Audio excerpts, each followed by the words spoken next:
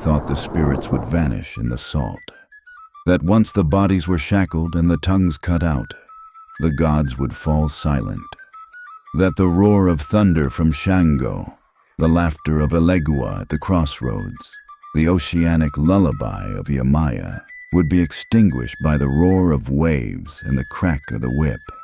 But they were wrong. The spirits did not die.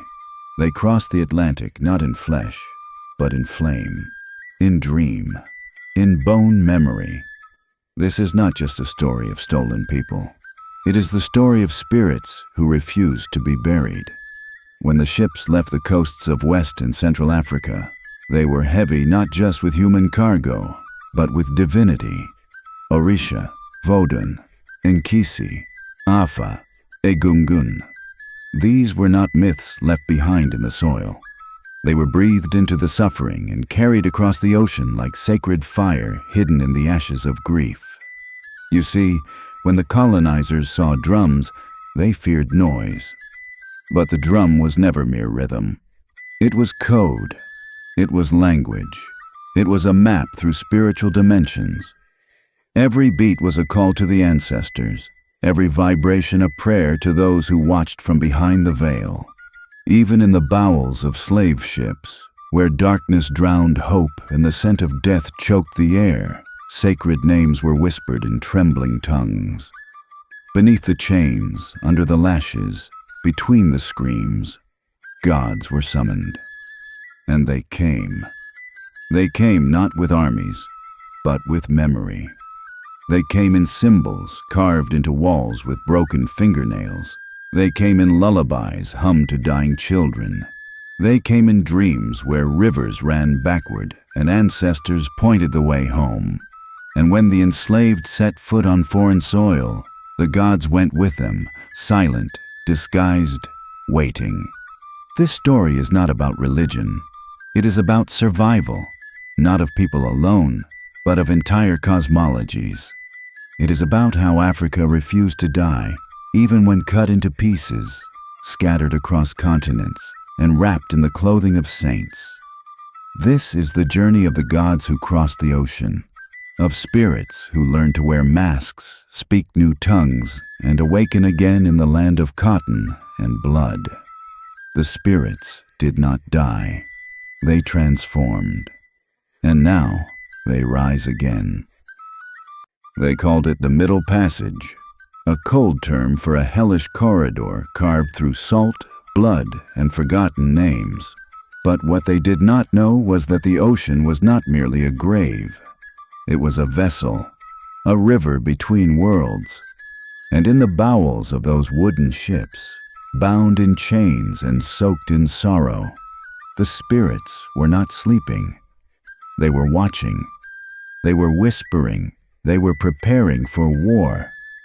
The captives taken from the shores of West and Central Africa were not just farmers, laborers, or common men and women. Many were priests, priestesses, keepers of the shrine, daughters of rivers and sons of thunder. They were chosen ones, those marked with sacred chalk and ancestral fire. From Yoruba lands came the worshippers of Ifa, the children of Orunmila and Oya. From Dahomey came those devoted to Mawu and Lisa. From the forests of Congo and Angola came Nganga, spirit workers, healers, masters of the Nkisi. They were not empty-handed. They carried with them secrets older than empires, rituals carved in their bones, and gods hidden beneath their skin. As they were herded onto ships like cattle, their bodies betrayed. Many believed the gods would turn away, but the gods do not abandon their own. The spirits went too, not bound, but riding the breath of the condemned, whispering in dreams, slipping into the marrow of the enslaved. In the pitch darkness of those ships, where language was stripped and names were replaced with numbers, the ancestors held council. The gods hovered like smoke above bruised heads and broken backs. Every moan was a hymn, every tear a libation, every death a blood offering. The Middle Passage became an unintended altar, a place of passage not only for bodies, but for deities. As the ships rocked violently across the Atlantic, thunder rolled not only in the sky, but in the soul. Shango's fire sparked in fevered dreams. Elegua's laughter echoed at each moment of uncertainty, keeping watch at every doorway of death. Yemaya, mother of oceans, cradled her children in the waters below. Even in drowning, they fell into her arms. The sea that was meant to devour them became the path of the gods. When captives reached the islands and plantations of the New World, their feet kissed strange lands, but their spirits carried the old soil. Though they spoke different tongues, though their heads were shaved and their names erased, inside each heartbeat still thundered the rhythm of the drum they were forbidden to touch. The drum they built again with scrap and memory. The drum that called the gods home. Many say the spirits were broken, but how can one break what was born in the fire of creation? What colonizers called slave cargo was sacred cargo. Inside those shipholds were divine archives, oral libraries of incantation, possession, dance, cosmology, sacrifice, and ancestral law. Colonizers saw bodies, but hidden in those bodies were maps, sacred geometries, and above all, names. To name a thing is to keep it alive, and so they whispered in secret: Shango, Ogun, Osun, Obatala, Legba, Mamiwata, and Kosi. Even when tongues were cut, names were passed in rhythm, in lullabies, in breath, in the trembling footwork of the possessed. The spirits moved through the codes of survival, through the scent of herbs passed down from grandmother to granddaughter, through the gaze of the old man who sat by the fire and saw more than this world. What the slavers feared most was not rebellion, it was resurrection. They feared that these people would remember who they were, that the gods would return, not in temples, but in the bodies of the poor, the enslaved, the forgotten. And so every lash was an attempt to destroy memory. Every separation of mother from child was meant to sever the line of tradition. Every cross placed on their chest was meant to replace the power in their soul. But the spirits would not be exiled. They lingered. They watched. They waited. And so, what began as a genocide became a rebirth. The forced migration of African bodies became the unintended migration of African divinities. The Middle Passage was no accident. It was an unholy ritual, yes, but it also opened a portal, a violent doorway through which spirits traveled and anchored themselves in new lands. The gods touched the soil of Haiti, Cuba, Brazil, Jamaica, Carolina, and New Orleans. They followed their children into sugar fields and cotton plantations. They stood behind them when they wept. They entered them when they danced.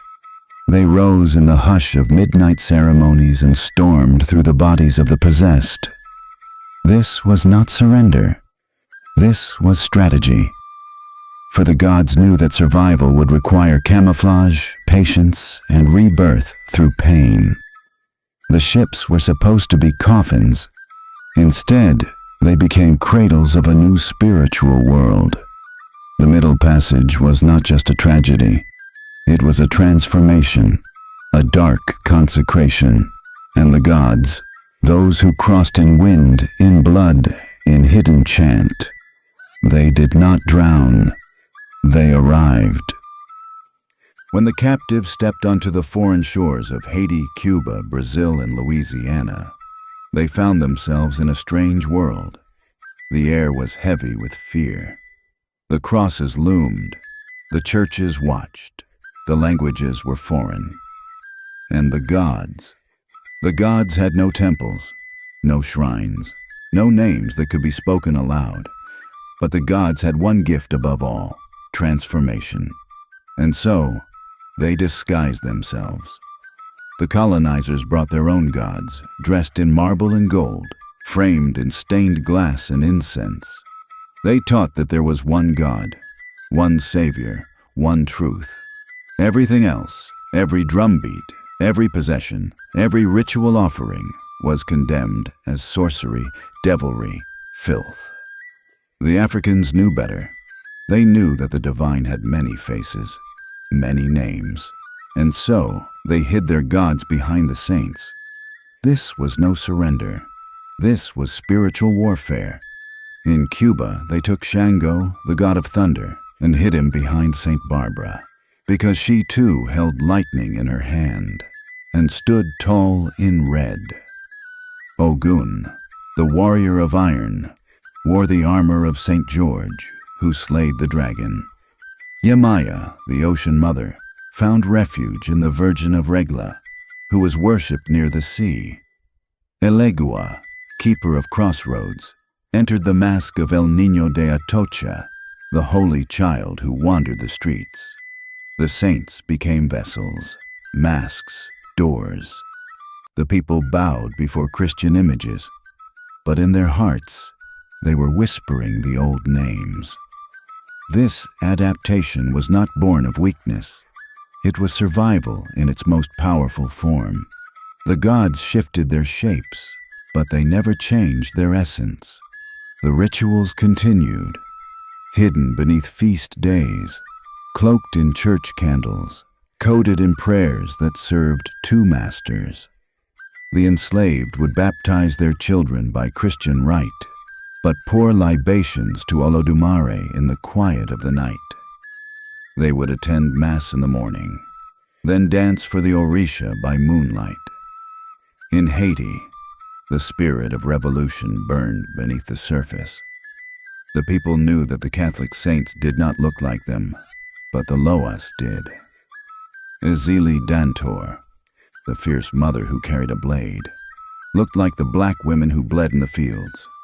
Baron Samedi, the spirit of death, wore a top hat and danced with skeletons, but he knew their names.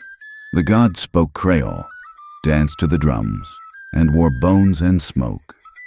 This was voodoo, not the cartoon horror the West made it out to be, but a system of profound wisdom and power. In Brazil, they called it candomblé. In Cuba, it was Santeria. In Trinidad and Jamaica, it was Shango Baptist. In Louisiana, it became voodoo. But the source was always Africa, always the same drum beat echoing from Ketu, Oyo, Ife, Dahomey, and Congo. The gods had crossed, and they had survived by becoming invisible to the eye, but never to the soul. There were women, mambos, Ialorisha, conjure queens, who knew how to walk both roads. They lit candles in cathedrals and burned herbs behind closed doors. They kept the secrets alive in stories, in oils, in songs. And there were men, Hungans, Babalawos, root doctors, who read the stars by day and the cowries by night. They built altars with crucifixes and machetes, Bible verses and cola nuts, psalms and proverbs. In this sacred blending, the old ways endured. The slave masters could not see it. To them, the people had been baptized, converted, civilized. But the gods laughed, because in every slave quarter there was a gourd of water for Yemaya, a stone for Elegua at the door, a pot of iron for Ogun in the corner. The gods did not need cathedrals. They only needed memory. They only needed belief. Every time the enslaved danced, the spirits entered. Possession was not madness, it was communion. The god would ride the body, speak through the tongue, bless or curse through the hands. This was not fantasy, it was reality. A reality that terrified the oppressors because they could not control it. How do you chain a spirit? How do you silence a god who lives in rhythm? The gods waited. They adapted, and through this disguise, they spread. Across plantations and sugar mills, through cities and jungles, into the slums and into the homes of those who had long forgotten their African names, They were not gone, they were watching. This was the genius of spiritual camouflage. This was not about becoming Christian. It was about surviving until the day the mask could be removed. And even now in modern cities, you will find altars that look like Catholic shrines. But listen closely, and you'll hear the chant, "Eshu, open the way." The same gods, the same power, hidden in plain sight. What they called superstition was survival. What they called witchcraft was memory. What they tried to erase was simply transformed. The gods never left. They just changed clothes. When the spirits reached the American South, they did not find temples or shrines waiting for them.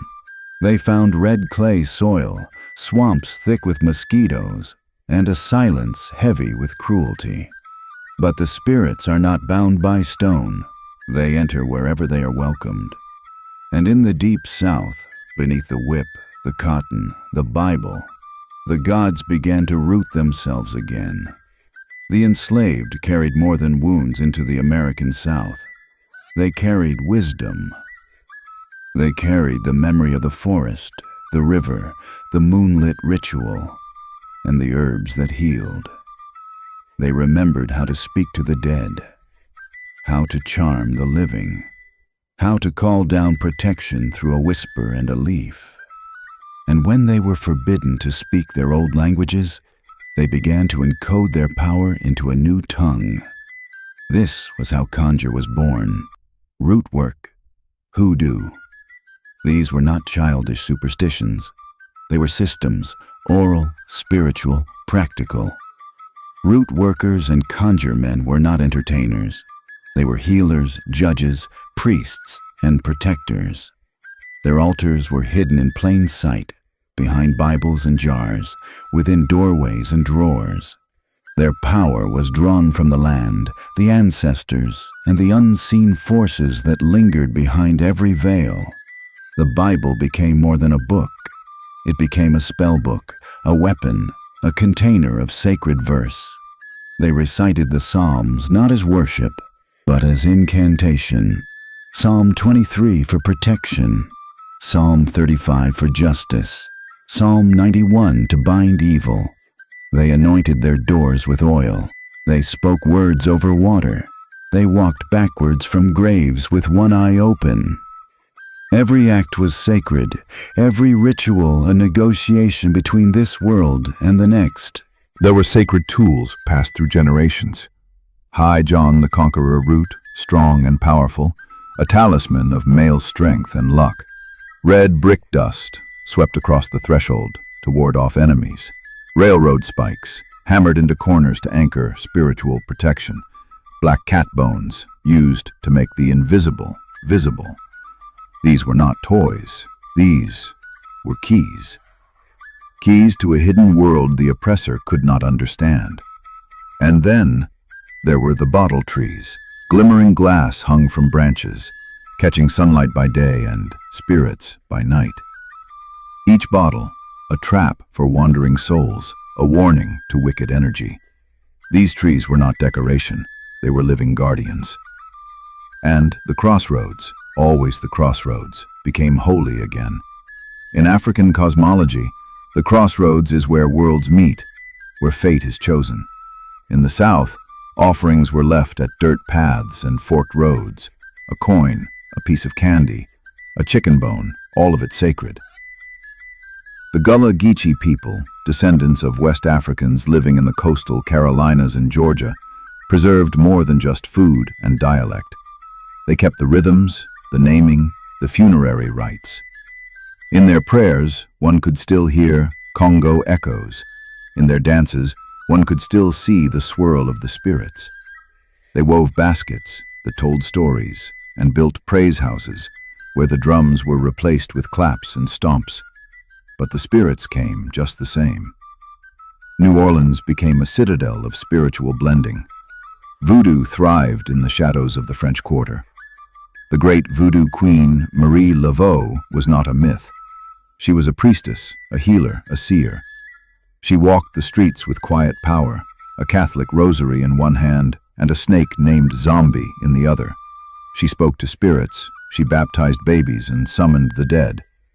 And her rituals, held in Congo Square under the moonlight, drew the curious, the faithful, and the fearful.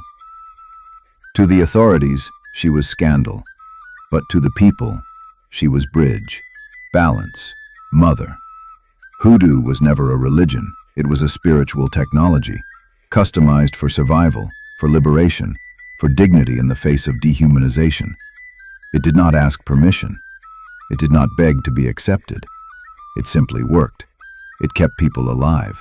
It gave them tools to bend the world. It connected them to the ancestors, the land and the spirit world, in ways Christianity alone never could.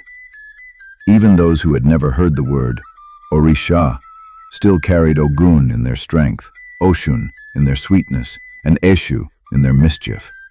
The gods had embedded themselves into the culture, into food, into language, into music, into every part of Southern Black life. Even in the most devout Christian homes, one might find a grandmother sweeping the steps with salt water at dawn, whispering things she never read in church. That was spirit work. That was The South became a living altar. The land absorbed the blood, but it also held the prayers. Beneath magnolia trees and along riverbanks, spirits gathered. In juke joints in cornfields, behind old churches and inside shotgun houses, the gods watched. They may have changed their names, they may have worn new faces, but they never left. This was no coincidence. This was continuity. The gods were not only in Haiti and Cuba, they were in Mississippi, in Georgia, in the Carolinas, in Alabama, in the Delta. Not in gold temples, but in the hidden work of the soul, in the pot of greens cooked with ancestral hands, in the dreams that warned of death, in the babies born with veils over their faces, in the whispers that came at night and said, "You are more than this world allows." The southern roots were not broken, they were buried, and now they begin to stir. The night was thick with smoke. The drums echoed like thunder across the trees. Flames danced in the eyes of the possessed. And in the heart of the Caribbean, at a place called Bois-Caimont, a storm of blood and spirit was born. The Haitian Revolution was not only a political uprising, it was a spiritual war, a divine retaliation against centuries of cruelty. It was the moment when the gods stopped hiding. In August of 1791, the enslaved people of Saint-Domingue, now Haiti, gathered in secret under the cover of darkness. They were tired of praying to gods who did not answer, of bending to the religion of their oppressors. That night, they called to their own. A Vodou priest named Duti Boukman stood before them like a prophet of flame. With a sacred knife, he made sacrifice. Blood touched the earth. And as the women danced and the men roared, the gods came. Izili Dantor, the fierce black mother, rode the body of a woman that night. Possessed, she shrieked, she wept, she commanded. Her voice was not merely a cry for freedom. It was the voice of every raped woman, every stolen child, every warrior forced into silence. Ogun, god of war, entered the men, machetes lifted. The scent of rum and smoke filled the air. The crossroads opened. Papa Legba walked through. That night, something ancient returned. This was not rebellion, it was remembrance. The people remembered who they were. They remembered their gods were not weak, that their ancestors did not kneel, that fire was their birthright. Within hours, plantations were burning. Whips turned to ash. Masters fled. The spirit of resistance spread like wildfire, riding on horseback, buried in chants, tattooed in blood. The colonizers were horrified, not just by the violence, but by its source. They could not comprehend how spirit possession could spark such a fierce, coordinated movement. They had mocked voodoo as foolishness, but now they saw it for what it was: power. For over a decade, Haiti burned. France sent armies, Spain sent armies, Even the new United States watched with fear, terrified that their own enslaved might catch fire from the revolution. But no army could defeat a people possessed. No empire could silence gods who had been reborn through suffering. This was the first successful slave revolt in the modern world. But more than that, it was the first revolution led not by generals, but by spirits. The gods of Africa had not been left behind. They had not drowned in the Middle Passage. They had waited, and in Haiti, they struck. The revolution was not just for land. It was for dignity, for the restoration of a divine order that had been shattered by slavery. Haiti declared itself free, not only of colonial rule, but of spiritual submission. It became the first Black Republic, the first country founded by formerly enslaved people, and the first land consecrated by the fire of African gods on foreign soil. But freedom came with a cost. Haiti was punished, blockaded, forced to pay reparations to France, slandered as cursed, its religion demonized. Voodoo became the scapegoat of every failure, every fear. Hollywood turned it into horror. The West called it witchcraft, devil worship, barbarism. But the truth was simpler and more dangerous. Voodoo had worked, the gods had returned, and they had set the captives free. Haiti's revolution sent shockwaves across the Americas. In the southern United States, whispers of Bois-Quémant haunted the plantations. Slave owners banned drums, forbade gatherings, enforced Christian conversion more brutally than ever. But it was too late. The idea had already taken root that the spirits could fight back. In the silence that followed, the gods did not sleep. They scattered. They traveled. They entered songs, riddles, charms. They waited for the next moment to rise. The fire that spoke in Haiti was not extinguished. It was carried in the hearts of the diaspora, from Louisiana to Brazil, from Trinidad to Georgia. The war of the spirits had only just begun. And to this day, if you walk the hills of Haiti, if you listen closely beneath the pounding drums, you will hear the voices still rising. Not in French, not in Latin, but in the ancient tongue of power, the language of ancestors, the voice of gods. What happened in Haiti was not only a revolution, it was a resurrection, a reminder that when people remember who they are, and when the gods are called by name, the world must bend. Bois-Quémant was a flame, Haiti was its altar, and the gods, those who had crossed the ocean, had made themselves known. After the fire of Haiti, after the thunder of voodoo shook the earth, the world took notice, and it trembled. The colonial powers understood something they had long denied. The African gods were not dead. They were not mere superstitions whispered by the uneducated. They were alive. They moved in trance, roared in battle, guided revolutions. And so began the next chapter of the war, not with chains, but with crosses. Not with guns, but with churches. Not with whips, but with Bibles. The war on the gods became a war of the soul.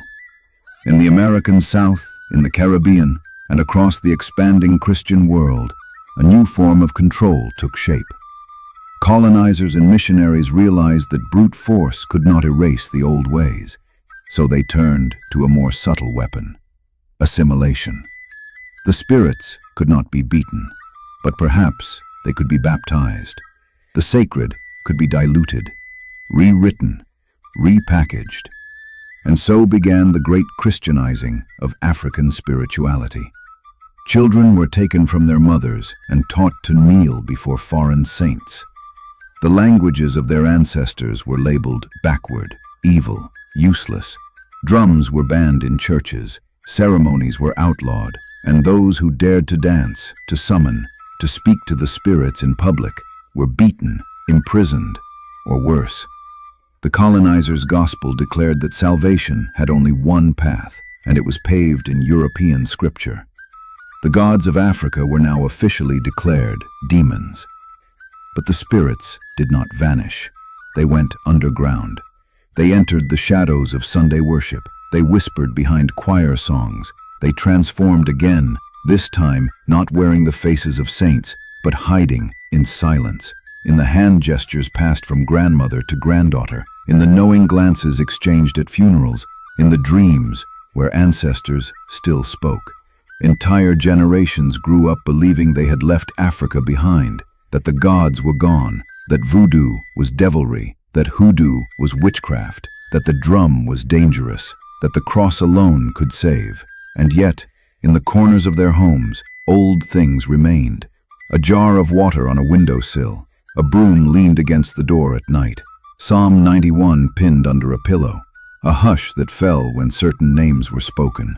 The spirits had become ghosts, traces, rumors, fragments of a forgotten world. But even in their silence, they were watching. They lived in the stories that elders would half tell, then stop. In the fears that people couldn't explain, but still respected. In the unspoken rules, never sweep someone's feet, never whistle at night. Always speak to the dead before burying them. Always light a candle when the dream is too strong. Christianity became both cage and cover. Many found hope in Jesus, in the suffering servant who knew pain. But even as they prayed to Christ, many unknowingly still called to the old ones. For who is Jesus, if not an ancestor who rose from the dead? Who is the Holy Spirit, if not a force that possesses the body and speaks through the mouth? Who are the angels, if not divine messengers who walk unseen, protect and deliver? The language changed, but the structure remained. The greatest tragedy of this era was not the suppression of rituals. It was the severing of memory. A spiritual amnesia swept through the African diaspora. People began to fear what once protected them, to shame what once uplifted them, to mock what once saved them. In schools, they learned of Africa only in terms of poverty and savagery. In churches, they were told their ancestors were lost souls. And yet, the ancestors still knocked. Every now and then, a child would be born who saw too much, a dreamer, a speaker, a healer. And the family would hush them, warn them, tell them to pray it away. But the gift was ancient. It would not leave. It would manifest in poetry, in music, in rhythm, in fire. The gods had not left. They had become the blood. This was the long night, the silence between the drum beats, the echo after the song. And yet, even here, the spirits waited. They waited in cotton fields where gospel and sorrow met, in the moans of the blues, in the defiance of jazz, in the rhythms of funk, in the fire of hip-hop.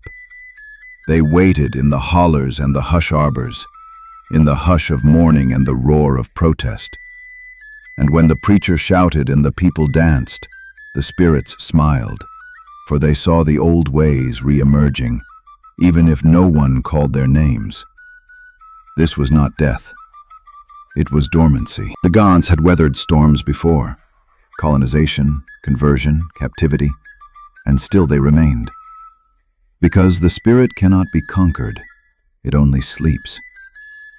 And now, as we approach the dawn of remembrance, the silence begins to break.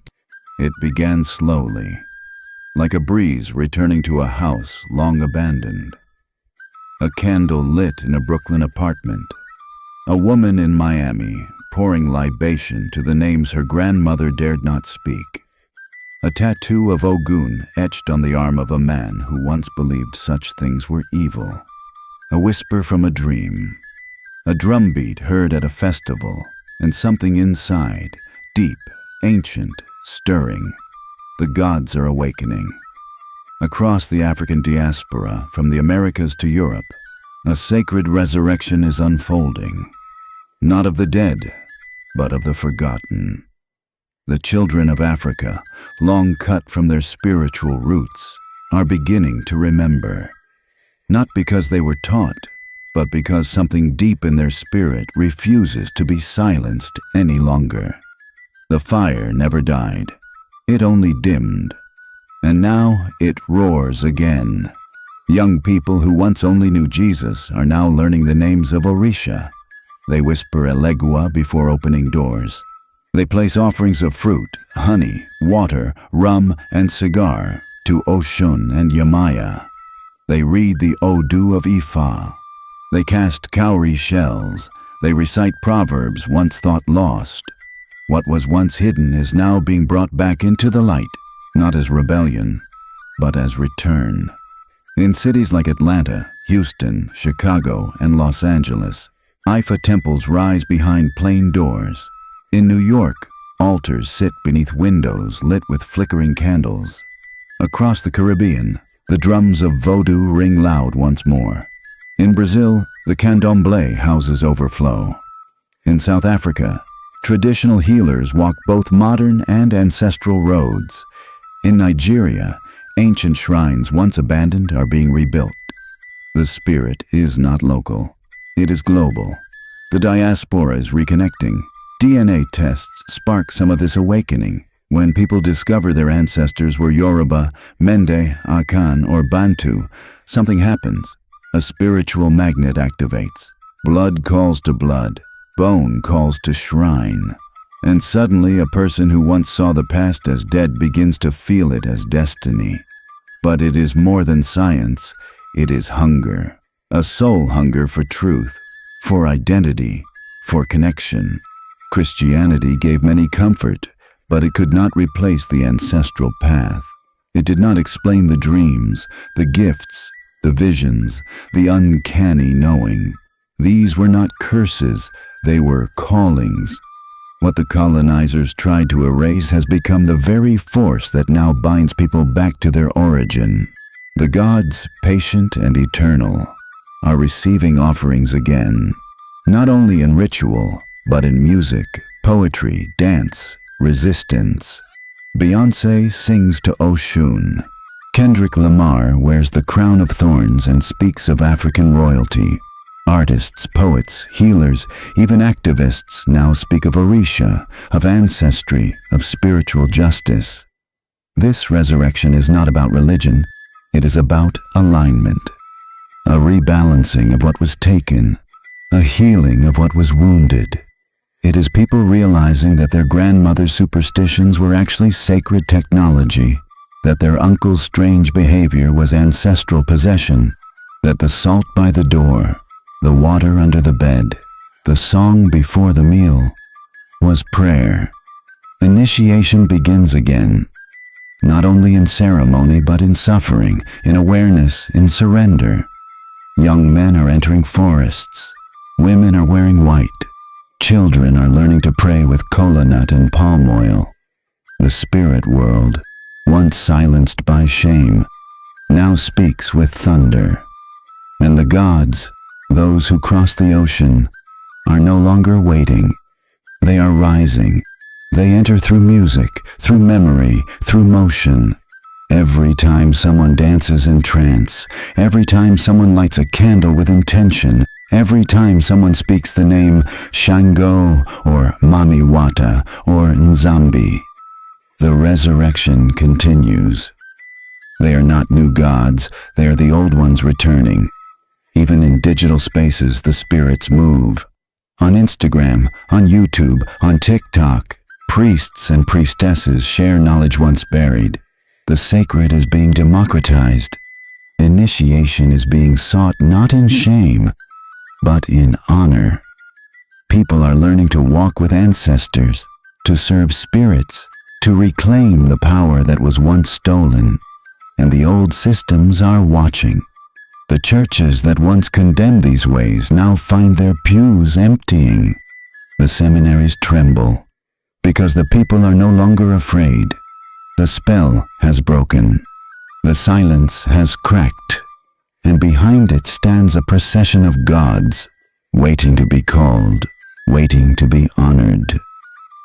This resurrection is not chaos. It is harmony restored. It is a return to balance. a reconnection with the cosmos, with the land, with the self. For too long, people believed that God was far away, hidden in the clouds. But the gods of Africa remind us, divinity is close.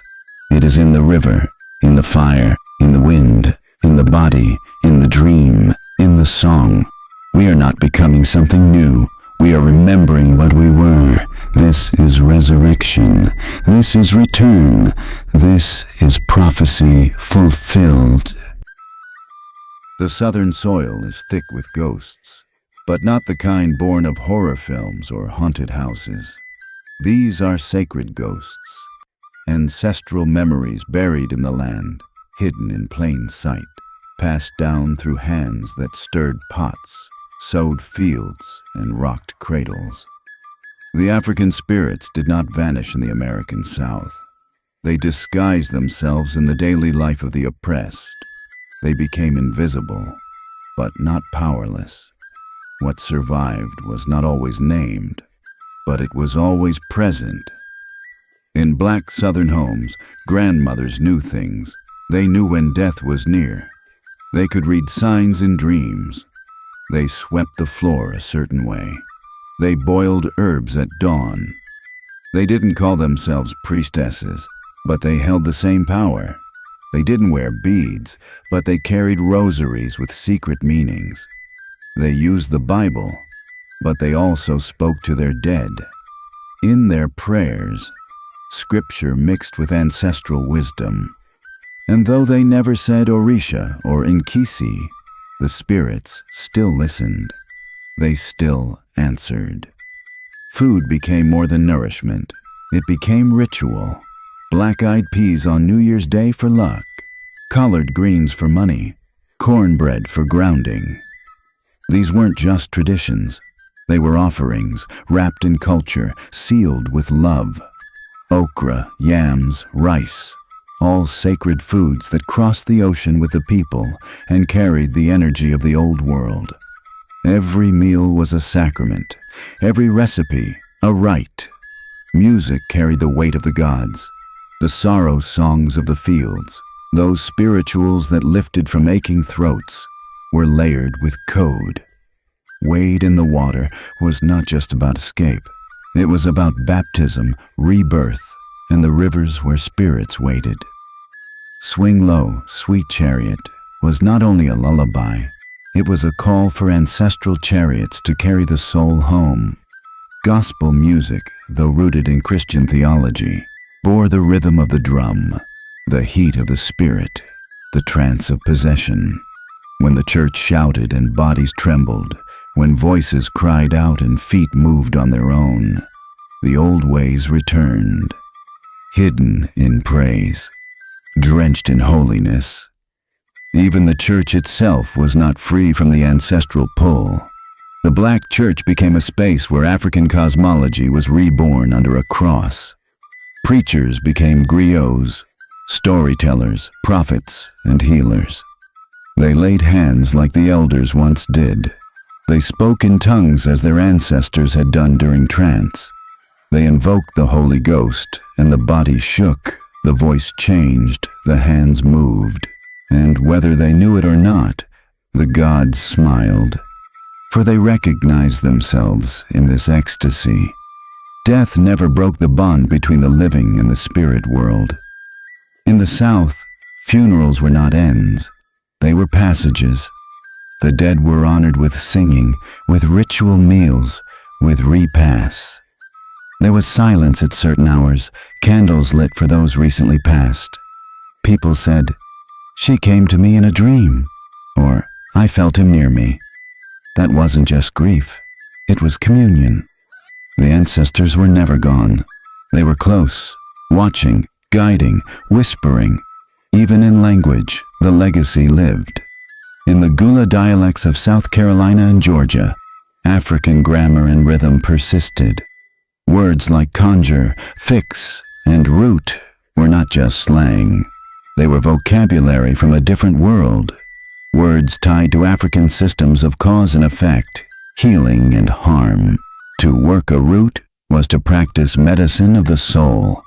To be fixed was to be bound by someone's will. To wear a charm was not fashion, it was armor. Southern architecture held clues too. Shotgun houses, long narrow homes said to be built so that spirits could pass straight through. Yard altars disguised as flower beds. Bottle trees glinting in the sun, each bottle trapping a wandering spirit or marking sacred territory.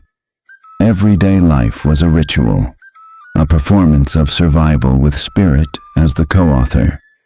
And in the silence of night, when the stars hung low and the porch lights dimmed, old stories would surface. Don't go near that tree, child. It's not right. If you see a black dog with red eyes, turn around. Put salt at your doorstep. If it's disturbed, someone's working against you. These weren't just folk tales. They were remnants, coded instructions from another era, warnings, wisdom, fragments of spiritual laws smuggled through centuries of fear and silence. The truth is, the African spirits never left the South. They wove themselves into the fabric of daily black life. They became the unspoken rules, the gut feelings, the family rituals passed down without explanation. They became the fire in the music, the healing in the food, the poetry in the pain. Though many forgot the names, they never forgot the power. Now, as people begin to awaken, they look back and realize the signs were always there. That the way Big Mama used to hum while stirring her greens was a kind of prayer. That the old Bible passed down through generations was lined with herbs and notes. That the reason the front porch always had a jar of water was not just tradition, but protection. What was dismissed as superstition was actually survival.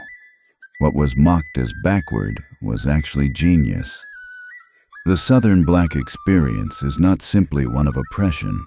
It is one of deep, mystical inheritance, of gods who crossed the ocean and found new homes in clay and cotton, of spirits who disguised themselves in music and memory, of a people who bent but never broke, who forgot the names but not the feeling, who carried the fire in silence until the time came to speak again. That time has come. Listen, can you hear them?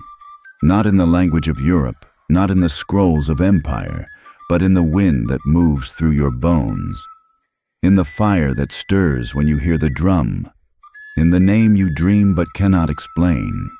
The gods still speak. They were never gone. They never drowned. They never surrendered.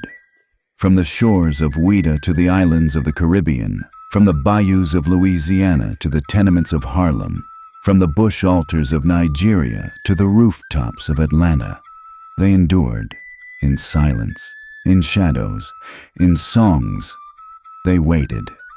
They waited for you. This story, my lord, is not about ancient myth. It is not a tale from some forgotten past. It is a mirror, a reflection of the sacred within you. The spirits who crossed the ocean were not just deities of old. They are your ancestors, your bloodline, your memory, and they still walk beside you, whether you see them or not. They have spoken through dreams, through gut instincts, through the trembling of your hands when you feel something you cannot name. They have called to you through the rhythm of your music, through the stories of your elders, through the ache in your spirit when you hear the truth and know it. You are not alone. You never were. The gods crossed oceans to reach you. They clothed themselves in your grandmother's rituals. They whispered through your uncle's strange mutterings. They lived in the oil your mother rubbed on your head, in the prayers your father never explained. They are with you in your shadow and your light, in your fear and your fire. And now they ask something simple. Remember the names, remember the roads, remember that the power was never outside of you, it was always within. The gods were not only spirits above, They are forces within your lineage, your identity, your destiny. When you light a candle, do it with purpose. When you pour water, speak the names. When you sing, do so from the belly, not the throat. Because everything you do can be ritual. Everything you do can be remembrance. This is not a return to superstition. It is a return to balance. The world is loud with confusion. Modern life is noise, distraction, machinery. But beneath it all, the ancestors still drum. The gods still walk among us, waiting to be called, not with fear, but with reverence. They do not want worship. They want truth. They want alignment. They want harmony between the seen and the unseen. They want you to know who you are. This is a call to the diaspora, to the children of those who were scattered, to the descendants of those who survived. Your inheritance was not lost, it was buried. But like a seed, it has sprouted, and now it blossoms. You are not beginning something new. You are continuing something ancient. You are the altar now. Your life is the offering. Your courage is the incense. And so, in this final moment, I ask you to pause, to silence the noise, to breathe, and to say the names aloud. Say them with trembling. Say them with pride. Say them even if you were taught to fear them. Shango, Oshun, Obatala, Elegua, Ogun, Yemaya, Mawu, Danbala, Ezili, Nkosi, Legba, Mamiwata, ancestors, guardians, spirits of earth, fire, air, and water. Say their names and feel the power return to your chest. Feel the blood awaken. Feel the story reconnect. This is not entertainment. This is invocation. You are the living shrine. And the gods, they are not waiting anymore. They are rising through you. Walk with them. Speak with them. Honor them. Because the gods who cross the ocean are not just stories. They are alive. They are you.